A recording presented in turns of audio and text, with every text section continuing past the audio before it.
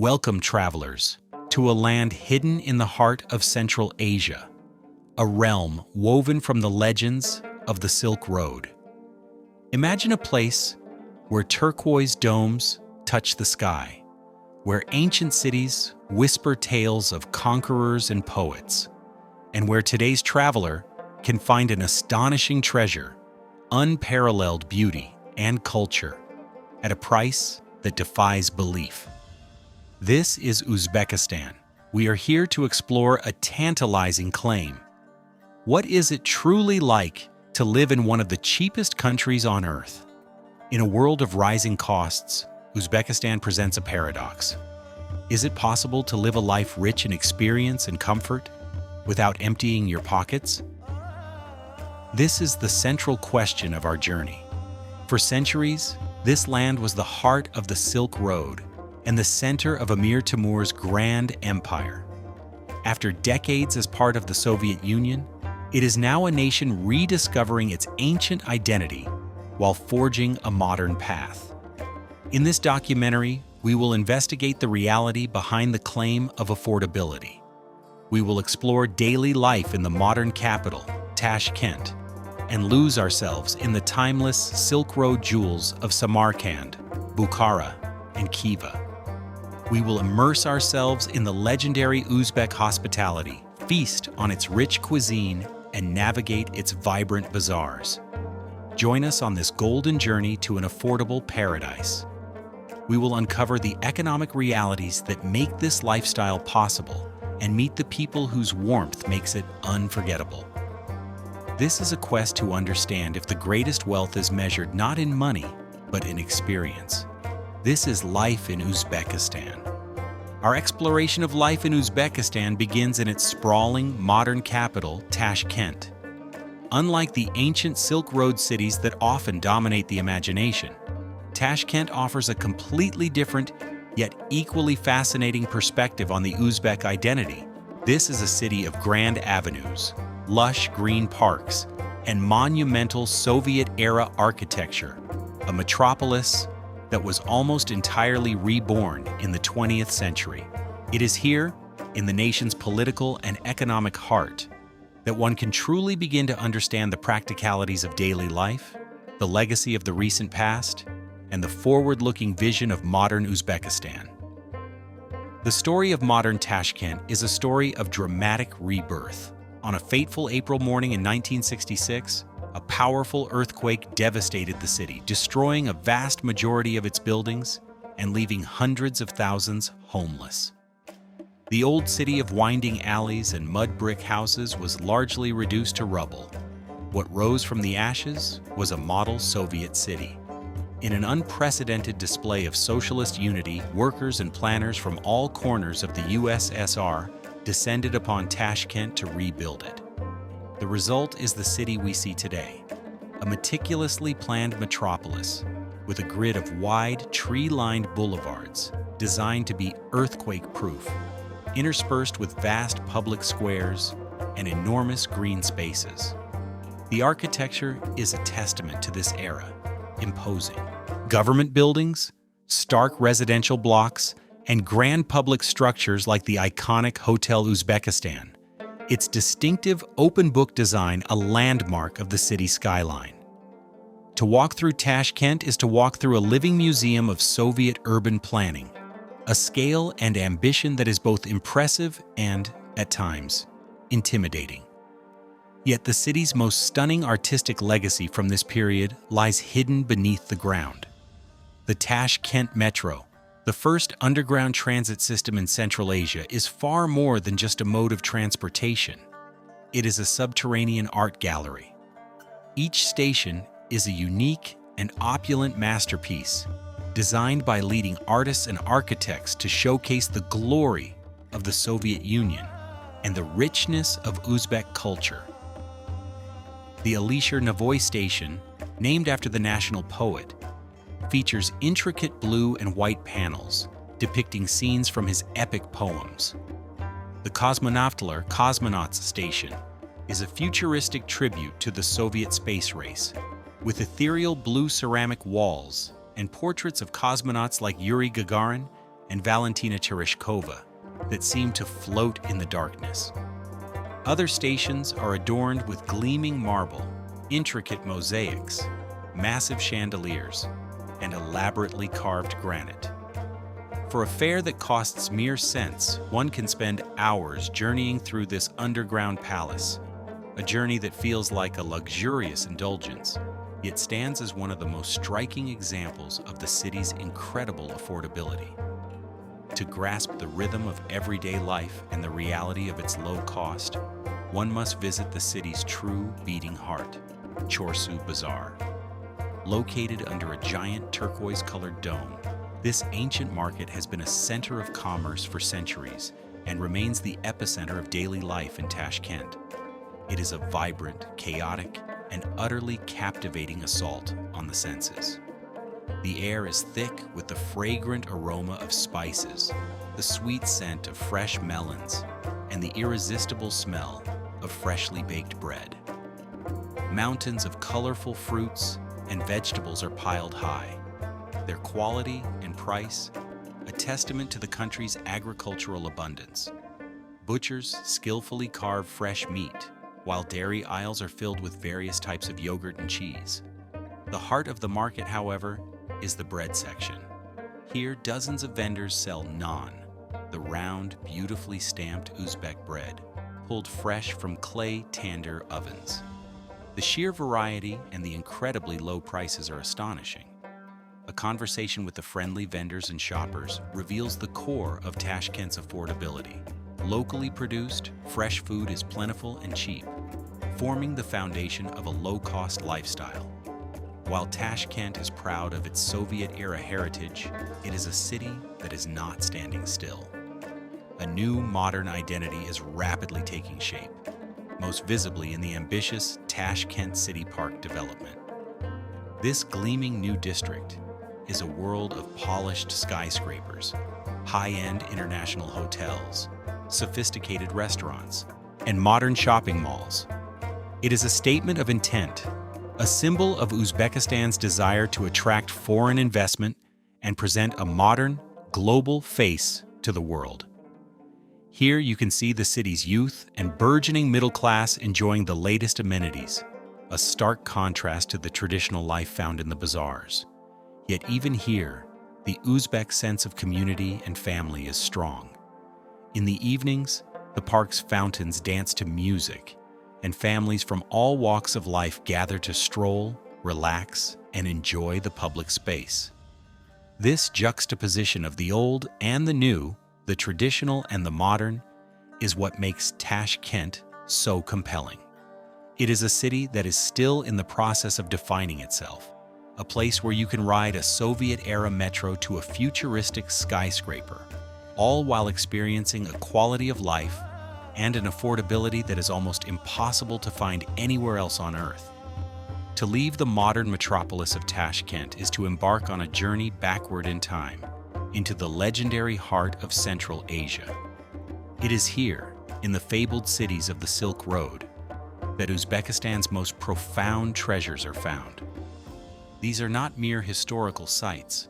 They are living, breathing cities whose very names, Samarkand, Bukhara, Khiva, have echoed through the centuries, synonymous with exotic beauty, immense wealth, and intellectual ferment.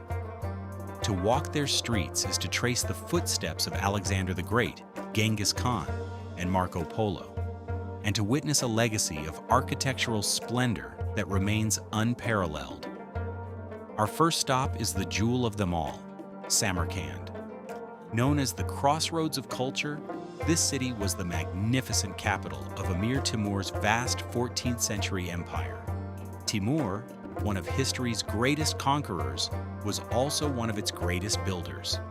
He funneled the immense wealth of his conquests and the genius of the finest artisans from across his empire into making Samarkand the most beautiful city on earth. The undisputed heart of his creation is the Registan Square. To stand in this square is to be overwhelmed by one of the most awe-inspiring architectural ensembles in the world. It is flanked by 3 monumental madrasas, or Islamic schools, each a masterpiece of intricate tile work, majestic portals, and soaring minarets. The Ulugh Madrasa, the oldest, was a renowned center for astronomy in the 15th century. Opposite it, the Sherdor, lion-bearing Madrasa, is famous for its controversial portal depicting tiger-like creatures, a defiance of the Islamic prohibition on depicting living beings. Between them, the Tilya Kori, gold-covered. Madrasa dazzles with its breathtakingly opulent interior, its main prayer hall's dome lavishly decorated with gold leaf to create the illusion of immense height and celestial beauty. Timur's legacy extends throughout the city. A short walk from the Registan leads to the Gur-e-Amir, his final resting place. The mausoleum, with its stunning fluted azure dome, is surprisingly intimate, yet profoundly majestic. Inside, under a single slab of dark green jade, once the largest in the world, lies the tomb of the great conqueror. Not far away stands the colossal ruin of the Bibi Kanyam Mosque, built by Timur for his favorite wife. Legend says its scale was so ambitious that it began to crumble almost as soon as it was completed. But even in its ruined state, its sheer size and the grandeur of its massive portal are staggering. Perhaps the most spiritual and beautiful sight in Samarkand, however, is the Shah-e-Zinda, the avenue of the mausoleums. This narrow, winding street of tombs is a dazzling corridor of brilliant blue and turquoise tile work, a sacred place where members of Timur's family and entourage were buried. The atmosphere here is one of serene, otherworldly beauty, a stark contrast to the monumental scale of the Registan. From the imperial grandeur of Samarkand, we journey west to Bukhara, the noble city. While Samarkand awes with its scale, Bukhara charms with its intimacy. Much of its historic center is a protected living museum, a labyrinth of narrow, winding alleys, mud brick houses, and ancient mosques where life continues much as it has for centuries. The heart of the city is the Poi Kalyan complex. Its centerpiece, the Kalyan minaret, is a magnificent 47-meter high tower of baked brick that has stood for nearly 900 years. It so impressed Genghis Khan when his Mongol hordes swept through the city that he ordered it to be spared, even as the rest of the city was razed. The minaret stands beside the vast Kalyan Mosque, large enough to hold 10,000 worshippers, and the beautiful Miri Arab Madrasa, which remains an active center of Islamic learning today. Life in Bukhara revolves around tranquil oases like the Liabi House complex, a 17th century plaza built around a stone pool. Shaded by ancient mulberry trees, it is a place where old men gather to drink green tea, play chess, and exchange stories, a timeless scene of Central Asian life.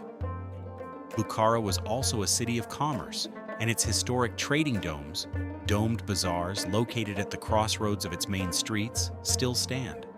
Each dome was once specialized in a particular trade, and today they are filled with artisans continuing the city's rich traditions. Here you can watch weavers create intricate silk carpets, see craftsmen forge knives and scissors, and marvel at the vibrant hand-stitched silk embroideries known as Suzani. To wander through Bukhara is to feel the authentic beating heart of the Silk Road. Our final destination is the most remote and perfectly preserved of the Silk Road jewels, Khiva. This fortress city, located in the middle of the desert, feels like a mirage. Its historic core, the Ichan Kala, is a walled city that has been so immaculately restored, it feels like stepping onto a movie set. To enter its gates is to be transported completely into another era. The city is a dense collection of over 50 monuments and hundreds of old houses, all enclosed within a formidable 10-meter-high mud brick wall. The most iconic and perhaps most curious landmark is the Kalta Minor Minaret. This fat, turquoise-tiled tower was intended to be the tallest minaret in the Islamic world, but construction was abandoned in 1855. leaving it beautifully and uniquely unfinished. Inside the Ishan Kala, every corner reveals a new wonder. The Juma Mosque is a fascinating and unusual structure, its roof supported by a forest of 218 wooden pillars, many of which date back to the 10th century, each one intricately carved with unique designs. The Tash Howley Palace offers a glimpse into the opulent and secluded life of the Khans, with its stunning courtyards decorated in a profusion of blue and white tiles. But the most magical experience in Khiva is to climb onto the city walls at sunset. As the sun dips below the desert horizon, it bathes the entire city in a soft golden light. The sand-colored walls, the turquoise domes, and the towering minarets are all set ablaze in a final, glorious burst of color. It is a moment of pure, unforgettable magic, a fitting end to a journey through the timeless, legendary cities of the Silk Road. To truly understand Uzbekistan is to experience its culture, not through its monuments, but through its people. It is to be welcomed into their homes, to share their food, and to witness the deep-rooted traditions that govern their lives. The soul of the nation is found in the extraordinary warmth of its hospitality, a tradition as ancient and vital as the Silk Road itself. It is a culture of immense generosity where food is a love language and every guest is treated as a gift from God. The concept of hospitality in Uzbekistan is profound and deeply ingrained. An old proverb says, "A guest in the house is joy in the house." And this philosophy is practiced with a sincerity that can be deeply moving for any traveler. To be invited into an Uzbek home is to be treated not as a stranger, but as the most honored of friends. Upon arrival, you will be ushered to the tur, the seat of honor furthest from the door. The dasturkhan, or dining table, will be laden with an almost overwhelming array of food long before the main course arrives. Plates will be piled high with nuts, dried fruits, sweets, pastries, and fresh fruits of the season. Green tea will be poured endlessly, a gesture of welcome and respect. This initial offering, known as choi poi, is just the beginning. The hosts will shower you with attention, and the act of sharing food becomes a powerful act of connection, a bridge that transcends language and cultural barriers. This incredible generosity, offered freely and without expectation of anything in return, is perhaps the most authentic and unforgettable Uzbek experience. At the very heart of this culinary generosity is a single, iconic dish, plov. Known as osh in Uzbek, plov is far more than just a meal. It is a cultural phenomenon, a symbol of identity, community, and celebration. It is the dish that is served at every significant life event, from weddings and births to funerals and holidays. The basic ingredients are simple: rice, meat, usually lamb or beef, carrots, and onions, all slow-cooked to perfection in a massive cast-iron cauldron called a kozon. But the variations are endless, with each region and even each family having its own secret recipe. To witness its creation on a grand scale, one must visit the Central Asian Plov Center in Tashkent. Here, master chefs, or ospaz, cook enormous batches of plov in gigantic cauldrons over open flames, skillfully stirring the fragrant mixture with massive perforated spoons. The air is thick with the delicious aroma, and hundreds of people gather daily to enjoy this national obsession. To share a plate of plov, often eaten communally from a single large dish, is to partake in a ritual that binds the nation together. While plov may be king, the Uzbek culinary landscape is rich and diverse, offering a hearty and satisfying journey for the palate, all at incredibly low prices. A visit to any local choisina, tea house, or restaurant will reveal a menu of beloved staples. Samsa are savory pastries, similar to samosas, typically stuffed with minced meat and onions or sometimes pumpkin, baked to a flaky, golden perfection in a tandir oven. Lagman is a hearty noodle soup with meat and vegetables, a dish that shows the influence of the neighboring Uyghur culture. Manti are large, steamed dumplings filled with seasoned meat, often served with a dollop of sour cream. And no meal is complete without shashlik, succulent skewers of marinated meat grilled over charcoal. Their smoky aroma, a common and irresistible feature of any Uzbek street or bazaar. No discussion of Uzbek food is complete without paying homage to naan, the traditional round flatbread. This is not just bread, it is a sacred symbol of life and prosperity. Baked in a clay tandoor oven, each loaf is a work of art, adorned with intricate patterns stamped into the center before baking. Each region has its own distinctive style of naan, the small, thick loaves of Tashkent, the larger, glazed rings of Samarkand. There are deep traditions surrounding naan. It is never to be placed upside of down, never to be cut with a knife, only broken by hand. And an Uzbek leaving on a long journey will often take a bite from a loaf, leaving the rest at home to ensure their safe return. This entire world of food and culture converges in the bazaar. Markets like Chorsu in Tashkent or the Siab Bazaar, next to the Bibi Canyon Mosque in Samarkand, are the vibrant, beating hearts of their cities. They are not just places to shop, they are social hubs, places to meet friends, exchange gossip, and experience the full spectrum of Uzbek life. The aisles are a kaleidoscope of color and activity. Here, the art of bargaining is a friendly and expected ritual, a lively dance of negotiation that is as much about social interaction as it is about price. To wander through an Uzbek bazaar, to taste the fresh produce, to smell the spices, to watch the bakers at their tandoor ovens, and to engage with the warm, welcoming vendors, is to immerse yourself completely in the authentic, generous, and deeply traditional soul of Uzbekistan. The shimmering turquoise domes, the legendary hospitality, and the rich, flavorful cuisine are all compelling reasons to be drawn to Uzbekistan. But it is the country's astonishing affordability that elevates it from a fascinating travel destination to a genuinely viable option for a different way of life. The claim of being one of the cheapest countries on earth is a bold one. So we will now delve into the practical day-to-day realities of that claim. What does it actually cost to live here in 2025?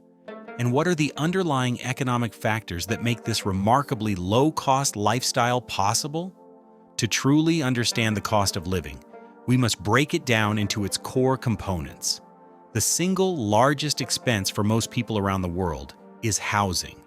And it is here that Uzbekistan's affordability first becomes strikingly apparent. In the capital, Tashkent, it is possible to rent a clean, comfortable, and relatively modern one-bedroom apartment in a decent neighborhood for a fraction of what one would pay in almost any other capital city. Prices for a well-appointed apartment can be several times lower than in cities in Europe, North America, or even other parts of Asia. For those willing to live in older Soviet-era buildings, the costs can be even lower. Outside of the capital, in beautiful historic cities like Samarkand or Bukhara, rental prices drop even further, making the prospect of living in a city that is a UNESCO World Heritage Site a surprisingly realistic and affordable dream. The next major expense is food, and here, Uzbekistan's agricultural abundance and local-first economy create incredible value. As we saw in the bazaars, fresh, seasonal produce is plentiful and incredibly cheap. A week's worth of groceries, including fresh fruits, vegetables, bread, dairy, and meat, can be purchased for an amount that might only cover a single nice meal out in many Western countries. Eating out is similarly inexpensive. A hearty and delicious meal at a local choy sona or cafe, whether it's a plate of plov, a bowl of lagman, or several skewers of shashlik, can cost just a few dollars. Even a multi-course feast with friends, complete with salads, bread, and numerous main dishes, will often result in a bill that seems impossibly low. This affordability of food, both at home and in restaurants, is a cornerstone of the high quality of life that can be enjoyed on a modest budget.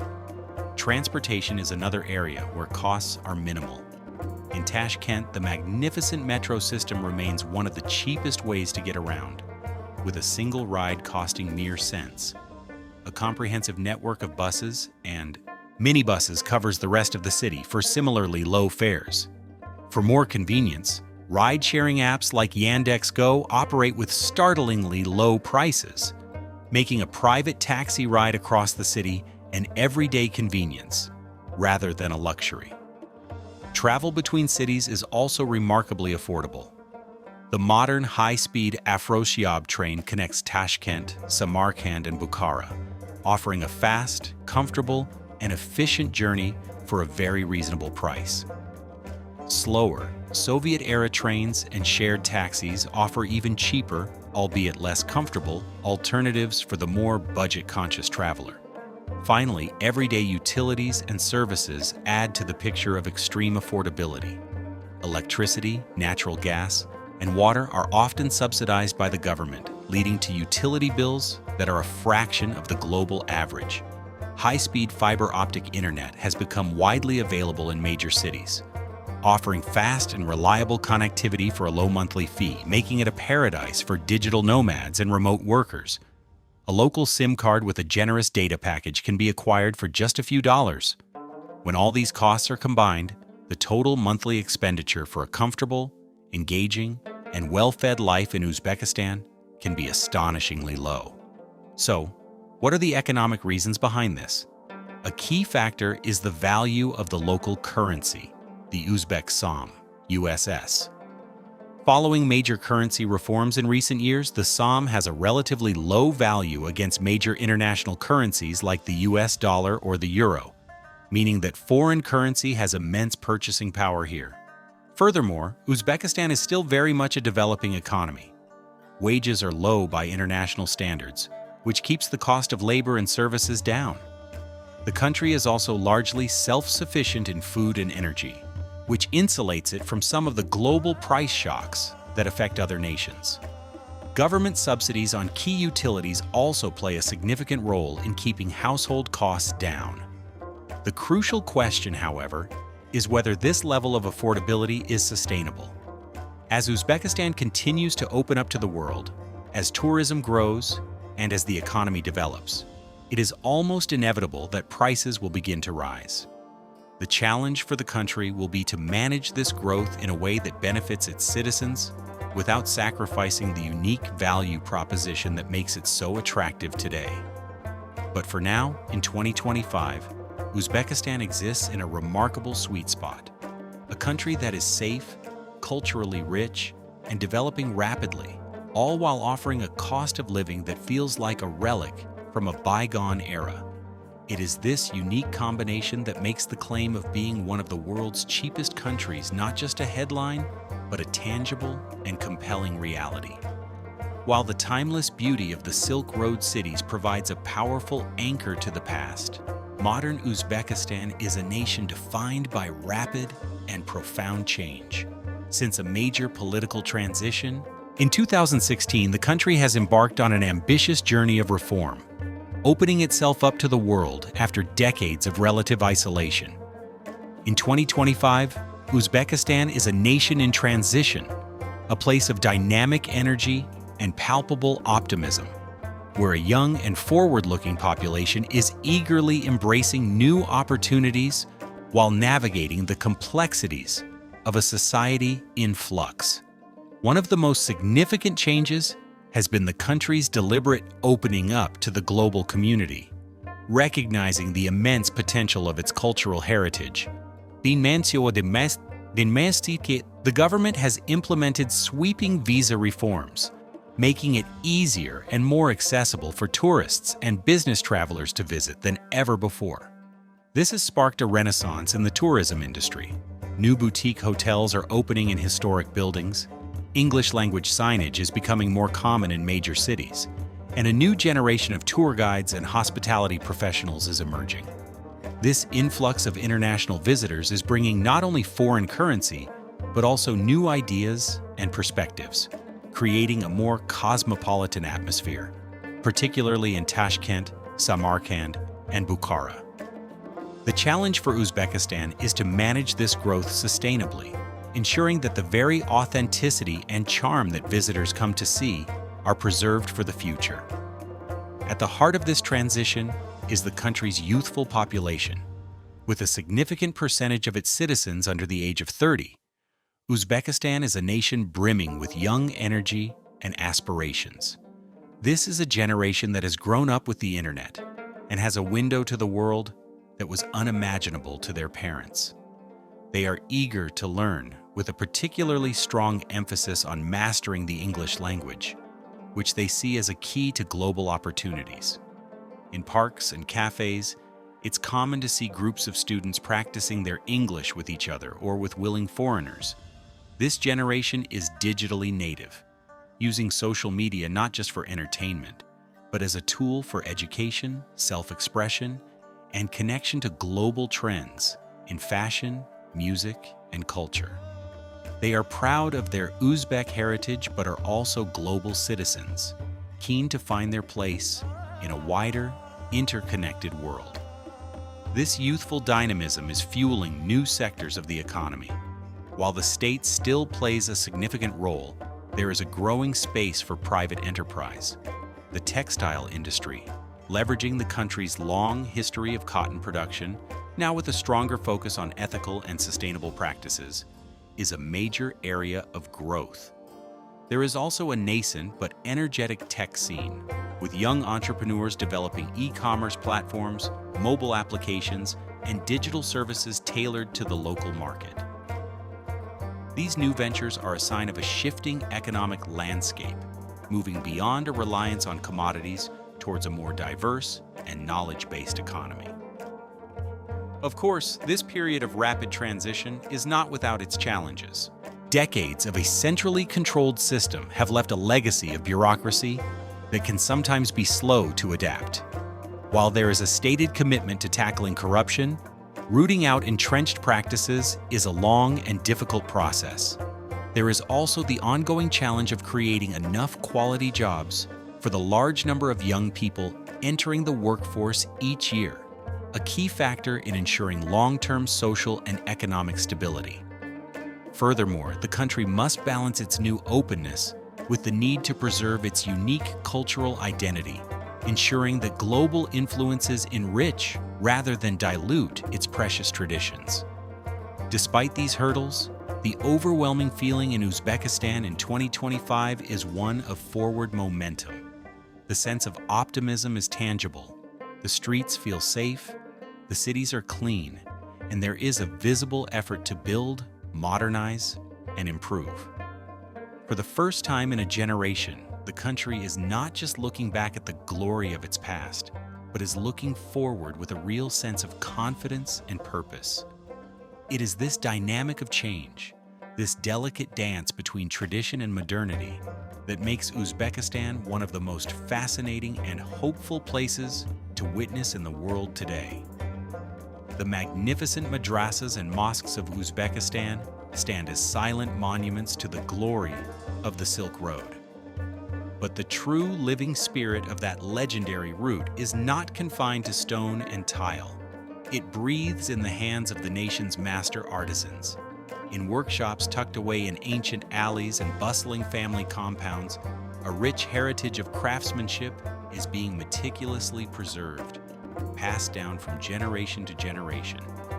These are the skills that once supplied the great caravans with treasures, and today they offer a tangible connection to Uzbekistan's creative soul. Our journey into this world of artistry begins just outside Samarkand, in a place where time seems to have rewound. Here at the Maros paper mill in the village of Konagil, artisans are reviving a long-lost craft, the ancient Samarkand method of paper production. For centuries, Samarkand paper, made from mulberry bark, was renowned across the Islamic world for its smooth texture and incredible durability, lasting for 1,000 years. The process, which had vanished for centuries, was painstakingly rediscovered and brought back to life. Here you can witness every stage of this organic craft. The mulberry bark is stripped, boiled for hours, and then pounded into a pulp using a water-powered hammer, just as it was done in the 8th century. The pulp is then mixed with water, sifted through a screen, and pressed into sheets that are left to dry, resulting in a beautiful, pale ochre paper that is a work of art in itself. To hold a sheet of this paper is to hold a piece of history. From the paper of scholars, we travel to the threads of queens in the noble city of Bukhara. This ancient city has always been a center for textile arts, and its most celebrated tradition is Suzani. The word itself means needlework in Persian, but it describes a type of large, hand-embroidered textile bursting with vibrant colors and symbolic motifs. Traditionally, a Suzani was created by a bride and her female relatives as part of her dowry, each stitch imbued with wishes for prosperity, fertility, and protection. The designs are a rich visual language of pomegranates symbolizing abundance, flowers for love, and birds for happiness. In the workshops of Bukhara, we meet women who are keeping this intricate art form alive. We watch as their needles dance across the fabric, creating dazzling patterns with silk and cotton threads. Each Suzani can take months, or even years, to complete, a true labor of love and a testament to the patience and skill of its creator. Our quest for the soul of the Silk Road then takes us to the Fergana Valley, a lush and fertile region that has been the heart of Central Asian silk production for millennia. Here lies the city of Margilan, the undisputed silk capital of Uzbekistan. The city's bazaars are a riot of color, dominated by the shimmering, iridescent fabric known as Khan Atlas or royal silk. This is the home of traditional ikat weaving, a complex and fascinating process where the threads are tie-dyed before being woven. This pre-dyeing technique creates the distinctive, slightly blurry-edged patterns that make ikat so unique. In the workshops, we witness the entire mesmerizing process. Bundles of silk threads are tightly wrapped according to a predetermined pattern, then dipped into vats of vibrant natural dyes. After dyeing, the wrappings are removed and the threads are carefully arranged on a loom. As the weaver works, the pattern magically emerges, a testament to the incredible mathematical precision and artistic vision required. The rhythmic clatter of the looms is the soundtrack of Margilan, a city that continues to weave the most iconic fabric of the Silk Road. This commitment to craftsmanship is found across the country in many different forms. In the back streets of Bukhara, we find coppersmiths hammering intricate designs onto trays and ewers. In the pottery workshops of Rishton, masters of ceramics create their famous blue and green glazed pottery, a tradition that stretches back over 800 years. And in Khiva, we watch woodcarvers transform ordinary pieces of elm or walnut into exquisitely detailed doors, columns, and bookstands, their patterns echoing the designs found in the city's ancient mosques. These artisans are more than just craftspeople. They are the custodians of Uzbekistan's cultural DNA. In a world of mass production and disposable goods, they offer a powerful connection to something authentic, tangible, and enduring. Their work is a living bridge to the past, a continuation of the skills and aesthetics that once made the Silk Road the most vibrant commercial and cultural highway on Earth. To purchase one of their creations is not just to buy a souvenir, it is to take home a piece of that living history and to support the hands that are keeping the soul of the Silk Road alive. Our journey through Uzbekistan has so far been a story of vibrant color, magnificent history, and abundant life. But to paint a complete and honest picture of this nation, we must now travel west to a place where the colors fade to shades of rust and beige, and where the silence speaks volumes. This is the autonomous Republic of Karakal, Pakistan, home to one of the 20th century's most catastrophic environmental disasters, the death of the Aral Sea. For thousands of years, the Aral Sea was the fourth largest lake in the world, a vast inland ocean teeming with fish that sustained a thriving ecosystem and a vibrant fishing industry. But in the mid-20th century, during the Soviet era, a monumental and ultimately disastrous decision was made. In a relentless drive to become a global cotton superpower, the two great rivers that fed the Aral Sea, the Amudarya and the Sirdarya, were diverted to irrigate immense new cotton plantations in the desert. The consequences were slow but devastating. Starved of its lifeblood, the Aral Sea began to shrink. Today, what remains is a shocking and heartbreaking sight. We travel to the town of Moynak, which was once a bustling fishing port on the southern shore of the sea. Today, the water's edge is over 150 kilometers away. Where the harbor once was, there is now a vast, salt-encrusted desert known as the Aralkum. The most haunting and iconic image of this tragedy is the ship graveyard, a collection of rusting, skeletal fishing trawlers stranded in the sand. These decaying hulks lie half-buried, their prows pointing towards a phantom sea, a surreal and tragic monument to a lost world. To stand here with the wind whipping toxic, salty dust from the former seabed is to witness the profound and devastating consequences of humanity's attempts to bend nature to its will. The disaster has had a catastrophic impact on the region and its people. The fishing industry, which once employed tens of thousands, completely collapsed. The climate changed, with summers becoming hotter and winters colder. The dust storms, carrying a toxic cocktail of salt, pesticides, and fertilizers from the exposed seabed, have led to severe health problems, including high rates of respiratory illness and cancer among the local population. The story of the Aral Sea is a cautionary tale of global significance, a stark warning of the unforeseen consequences of large-scale environmental mismanagement. Yet amidst this bleak landscape, a story of incredible human resilience emerges. The people of Karakal, Pakistan, who have borne the brunt of this disaster, have not given up. We meet local community leaders and scientists who are working on innovative solutions to mitigate the damage.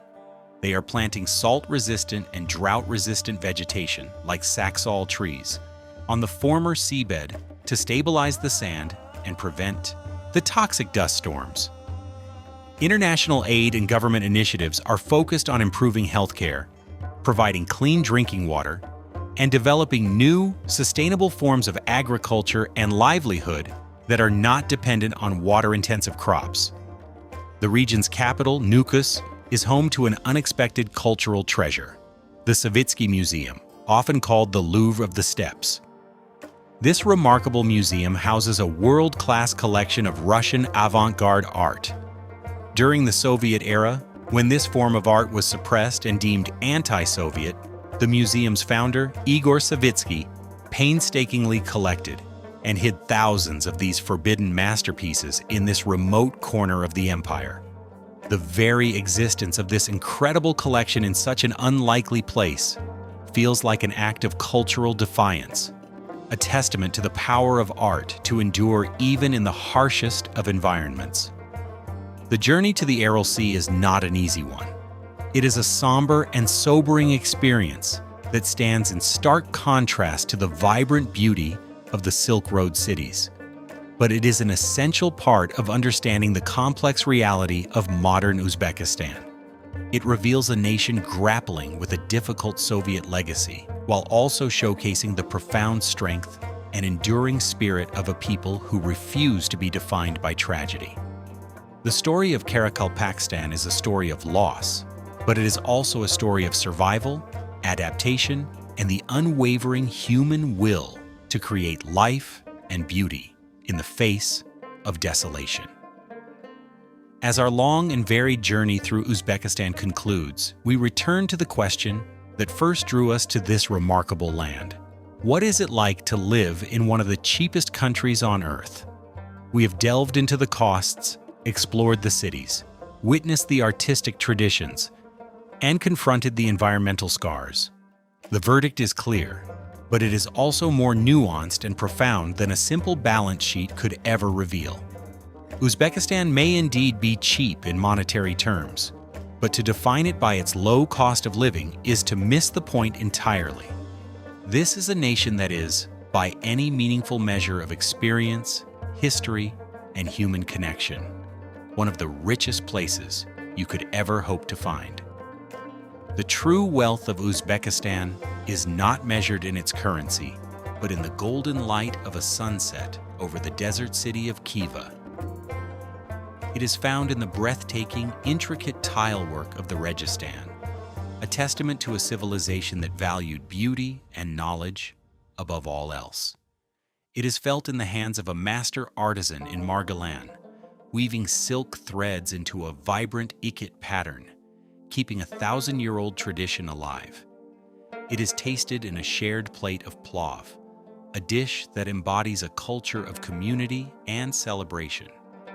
It is witnessed in the haunting silence of the ship graveyard at Moynak, a powerful lesson in resilience and the enduring human spirit. And most of all, it is experienced in the sincere, unconditional warmth of its hospitality, a tradition that makes a stranger feel like an honored guest in a matter of moments.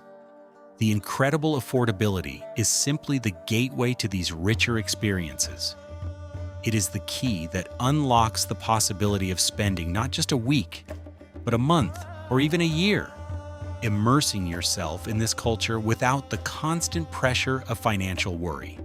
It allows for a slower, more meaningful form of travel, where the goal is not just to see, but to understand. The low cost of living is not the destination itself, but the fuel for a deeper and more profound journey. In 2025, Uzbekistan offers a unique and compelling proposition.